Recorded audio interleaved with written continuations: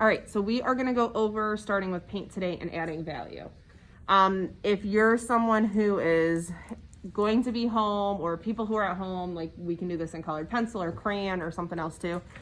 But if you're here in person or you pick up supplies, you get to use paint. So like way more exciting. So in our sketchbook, we're gonna practice doing the value first, and we're gonna do a 9 value color scale. And we're just gonna pick one. So up here on the counter, I have tempera paint. Make sure they are the taller bottles. The short bottles with the yellow lids are acrylic, and that's what Zero Period's using. We're gonna use the tempera paint. If you need an apron, or I suggest like an apron, if you're wearing your ID badge or your long sleeves or anything like that, please be aware, even though tempera paint is washable, quote unquote, it does not mean that it will come out. So like for the period, if you place your ID with your computer or like in your book bag, just make sure you put it on after class. So for the value scale, you can pick like a shape or a design. Like maybe I'm gonna do like triangles. Ooh, so pretty. Everybody say ooh. Ooh. Everybody say ah. Ah. I know, I'm pretty fancy. I can't count either. Hold on. 1, 2, 3, 4, 5, 6, 7. I need 2 more. 8, 9. All right, so I have 9 little triangles, and they're very fancy, and it's very high tech going on right here. And I heard my stomach growl, and I'm sorry if you hear that in the classroom during the demo today. But what I like to do is I like to start in the middle with my hue, because typically in the middle, it depends on your color. Sometimes with some of your darker value colors, like purple or blue, you can start a little bit towards the darker end because they're already darker. And yellow, you could start a little bit further, like maybe 1 or 2. But like red, green, orange, you could probably place those right in the middle. And I'm just going to very carefully practice with my paintbrushes, painting nice clean edges. Using a round brush, a pointed brush like this, you're going to be able to control the paint a little bit more and like where it's going in your edges, because we're gonna work on that. And you don't need a ton of paint. You can always get more, so don't fill your wells all the way up. I have to do another video after this for something else. That's why I have so much. I'm just gonna save the paint, but you don't need to have this much. Isn't that pretty? So pretty. Now, when you're doing your project, if you get really streaky paint, we'll just go over it a second time when it starts to dry, so that you can kind of cover that up and make it all nice. Now, whatever direction you want to go, if you want to go to the dark side or to the light side next, I don't know, you're gonna be like Darth Vader or Luke's, well, yeah, you're gonna go Jedi or, yeah, whatever, you know what I mean. It's been a while, okay?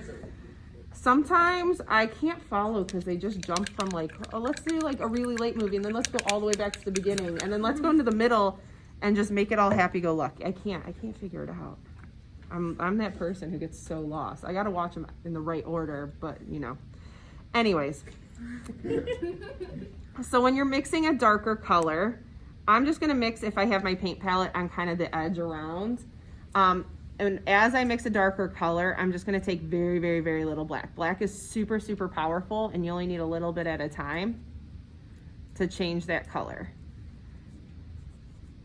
And I'm gonna add this, and this is gonna be a super riveting demo as I continue to just do my whole little value scale with it. The flat brush that comes in your kit, the ones with like the straight edge to them, those are really good if you have a large area you need to paint and you need to cover it quickly.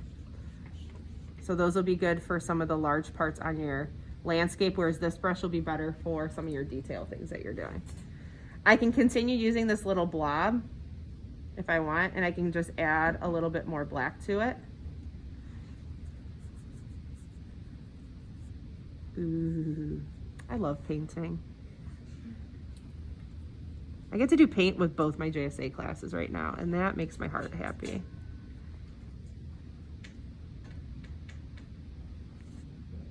Because I don't get to I teach drawing mostly, so I don't get to mess with paint very much. My brush is a little wonky. It's seen better days. I might need more red in here. I'm gonna make it a little bit darker.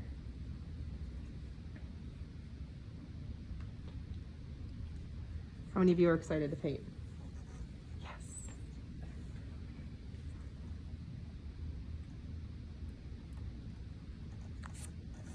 I do have aprons on the counter over here if we need them. And a little bit more. Black. Now notice my darkest value is not straight black. It's just a really dark red. We're gonna avoid using just straight black from the tube and straight white from the tube to do our lightest and our darkest values. Now, if we need to use them for a certain part of our project, like you were super ambitious and you have like 50 layers, so we wanna like use it for an accent, we can. But otherwise, let's try to avoid it. So how's that look? Looks like nice value shift. Awesome. This is something that, again, like you can go back because you start to see the streakiness. And when we do our project, you'll mix a large amount of that paint and then you'll let it, as you're working, it'll start to dry and you can then do your second coat so that they're nice and pretty.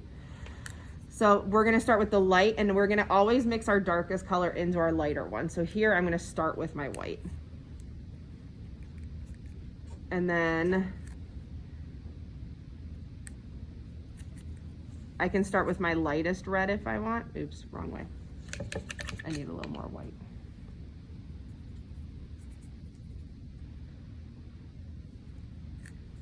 I could start with my lightest red if I want. I can even go lighter than this.